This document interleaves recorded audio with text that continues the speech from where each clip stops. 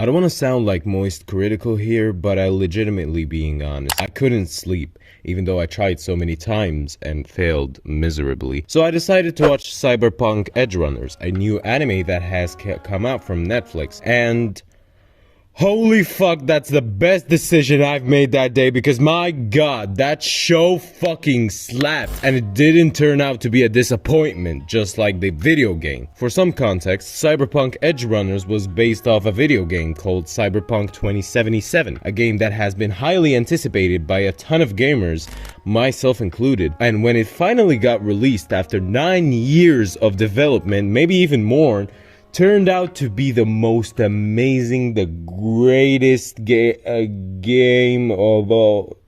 Yeah, I'm not gonna sugarcoat that shit. It turned out to be a fucking garbage, glitchy shit show. When it first came out, it had a lot of issues that they decided to take it down for a while to fix it up. And I know it's getting better right now, but I would be lying if I said that we won't forget Cyberpunk's first days of releasing the game. And I know I'm getting a little bit sidetracked over there, but I'm just trying to feed the Genshin Impact players for some content, with some context. Or those who pre-ordered Cyberpunk back in the day.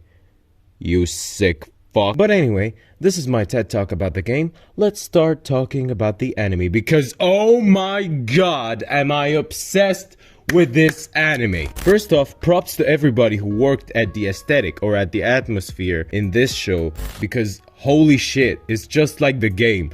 What I really liked about the game, it was its atmosphere and its aesthetic, its setting, and Cyberpunk Edgerunners knocked it out of the park. Home run, baby. Man, I liked how Night City looked. I liked the futuristic vibes, the vibrant colors, the smooth, high, detailed, beautiful, breathtaking background design. Like, seriously, I am not kidding. If you're a fan of cyberpunk aesthetic, or aesthetic animes in general, you can still watch this and have a ton of fun without caring about the plot or the premise of the anime. These neon, breathtaking aesthetic, unique and vibrant colors make Cyberpunk Edgerunners a wonderful watching experience. Every time you pause at a scene, you would get like eye organisms, you would get wet. The character designs were actually great. I loved how the characters look like, and it kind of gives you away what their personalities are, and by any means it's not a bad thing. I love the show. I love how they look like and their fashion. Woo! Chef kiss. And speaking of which, the characters really slaps in this show. I mean, seriously, Cyberpunk Edgerunners has accomplished a thing where most long-running animes or manga struggles. And that thing is that even though this show is 10 episodes, I felt like I've spent years bonding with these characters. Seeing them grow and develop throughout the show made me feel like I've grown with these characters. And this show has shown me that we don't need backstories to like a certain character. For instance, I got really fucking attached to both Rebecca and Maine, and by the end of the series, both of them, spoiler alert, had little to nothing backstories. But it didn't matter, because I was still attached to them.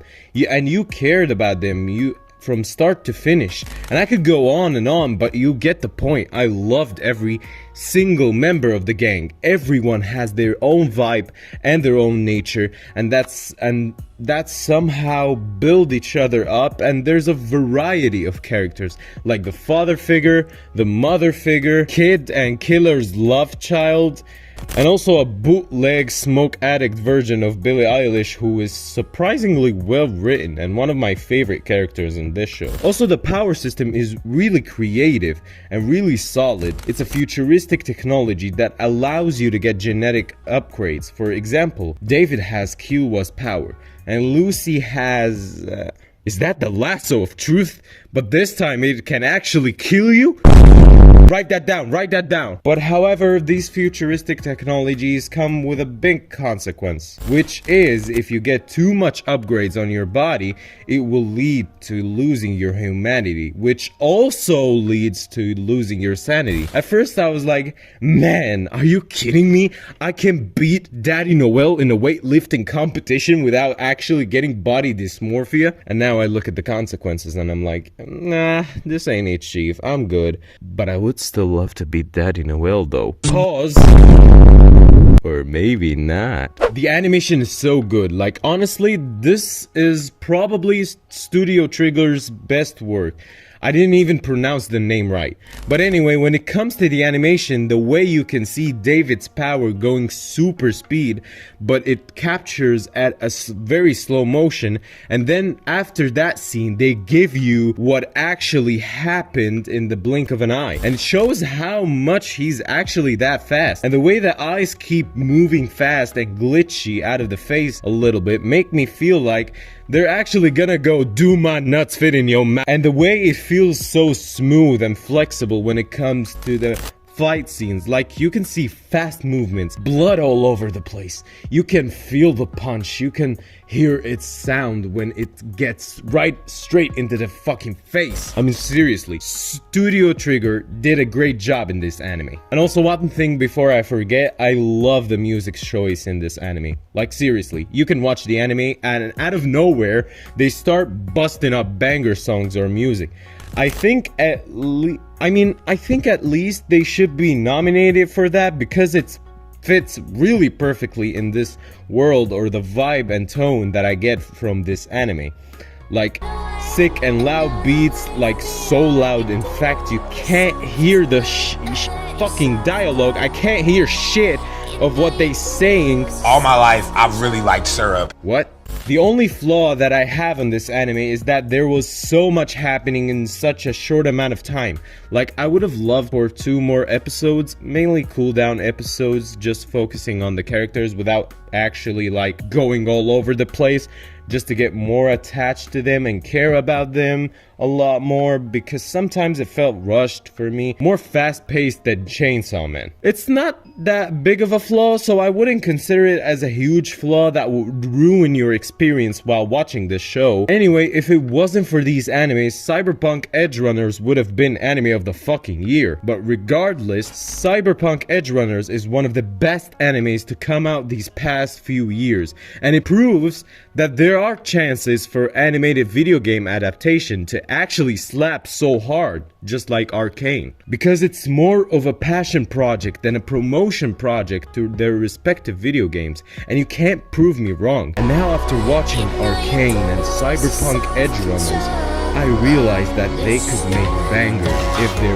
really passionate about it. And I hope this is the beginning of the trend, and not just the end, or not just an exception. Thank you CD Projekt Red and Trigger for this anime. Well done, boys.